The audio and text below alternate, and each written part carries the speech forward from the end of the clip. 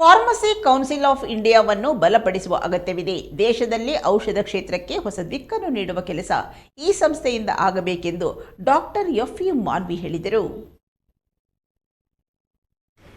ಅಕ್ಷಯ ಪಾತ್ರ ವಿದ್ಯಾರ್ಥಿ ವೇತನ ಯೋಜನೆ ಜಾರಿಗೊಳಿಸಲಾಯಿತು ಹಾಗೂ ಹಳೆ ವಿದ್ಯಾರ್ಥಿಗಳ ಕೂಟ ಏರ್ಪಡಿಸಲಾಗಿತ್ತು.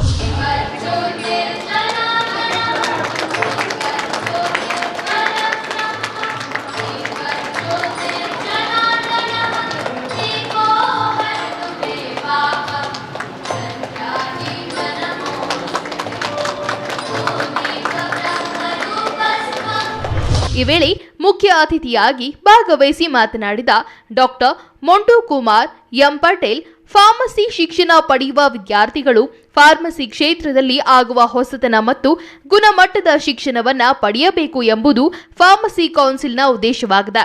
ಈ ನಿಟ್ಟಿನಲ್ಲಿ ವಿದ್ಯಾರ್ಥಿಗಳಿಗೆ ಗುಣಮಟ್ಟದ ಶಿಕ್ಷಣ ನೀಡಲು ಪ್ರಯತ್ನಿಸುತ್ತಿದ್ದೇವೆ. ಇದೇ ರೀತಿ ಫಾರ್ಮಸಿ ವಿದ್ಯಾರ್ಥಿಗಳಿಗೆ ಹಾಗೂ ವೃತ್ತಿಪರ ಫಾರ್ಮಸಿಸ್ಟ್ಗಳಿಗೆ ಭವಿಷ್ಯದಲ್ಲಿ ಹಲವು ಉತ್ತಮ ಯೋಜನೆಗಳನ್ನ ಜಾರಿಗೊಳಿಸಲಾಗುವುದು ಎಂದರು. भले अचीवमेंट्स मेरे लिखे जाते हैं तो उसके बैकग्राउंड में सारे मेंबर का सपोर्ट है और इसमें पर्टिकुलरली सारे मेंबर जो भी काम बोले वो तुरंत ही दिल्ली आकर रहते अपने स्टेट में बहुत ही अच्छी तरह मतलब उसको एग्जीक्यूशन करके उसका रिजल्ट ओरिएंटेड काम करते हैं. आपने देखा होगा कि कल circular board pharmacy council India ने कहा है कि एग्जिट एग्जाम डिप्लोमा के लिए इस साल से शुरू होगा. तो गैजेटेड कब से भी तो एजुकेशन में हो रहा था, सारे मेंबरों के सपोर्ट से इस साल एग्जिट एग्जाम हो जाएगी और क्वालिटी एजुकेशन जो होता है डिप्लोमा में डिग्रेड हो रहा था और अच्छे इंस्टीट्यूशन जो प्रॉब्लम फेस कर रहे थे और अच्छे इंस्टीट्यूशन को थोड़ा क्वालिटी एजुकेशन पढ़ाने के लिए एक मोरल सपोर्ट भी मिलेगा और जो वैसे ही कॉलेज चला रहे थे उनको अपनी क्वालिटी अपग्रेड करनी पड़ेगी. ಫಾರ್ಮಸಿ ಕೌನ್ಸಿಲ್ ಆಫ್ ಇಂಡಿಯಾದ ಮಾಜಿ ಸದಸ್ಯ ಡಾಕ್ಟರ್ ಎಫ್.ಇ. ಮಾನ್ವಿ ಮಾತನಾಡಿ, ಫಾರ್ಮಸಿ ಕೌನ್ಸಿಲ್ ಆಫ್ ಇಂಡಿಯಾವನ್ನ ಬಲಪಡಿಸುವ ಅಗತ್ಯವಿದೆ. ದೇಶದಲ್ಲಿ ಔಷಧ ಕ್ಷೇತ್ರಕ್ಕೆ ಹೊಸ ದಿಕ್ಕನ್ನ ನೀಡುವ ಕೆಲಸ ಮತ್ತು ಈ ಸಂಸ್ಥೆಯಿಂದ ಆಗಬೇಕು. ಭವಿಷ್ಯದಲ್ಲಿ ಸಂಸ್ಥೆ ಉತ್ತಮ ದಿನಗಳನ್ನ ಕಾಣಲಿದೆ ಎಂದು ವಿಶ್ವಾಸ ವ್ಯಕ್ತಪಡಿಸಿದರು. The Pharmacy Council of India, I have been saying it from 1970 onward, and we had once Pharmacy Council of India meeting here only, and we had an executive committee meeting for ER 91 syllabus for diploma at Belgaum in KLE College of Pharmacy. Now we have seen many residents, but residents have a limitation. There are so many government problems coming into that. There are so many, as he mentioned, and we faced that real problem was we had a dual control.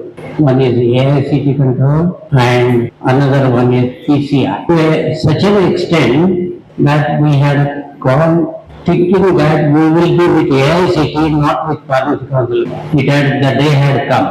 Luckily now, whatever has been done, kindness to the people, the Pharmacy Council of India has become strong, and on behalf of this institution and the institutions which are nearby, I wholeheartedly congratulate and support the ideas which our president has got, and definitely we will assure that these things will be done.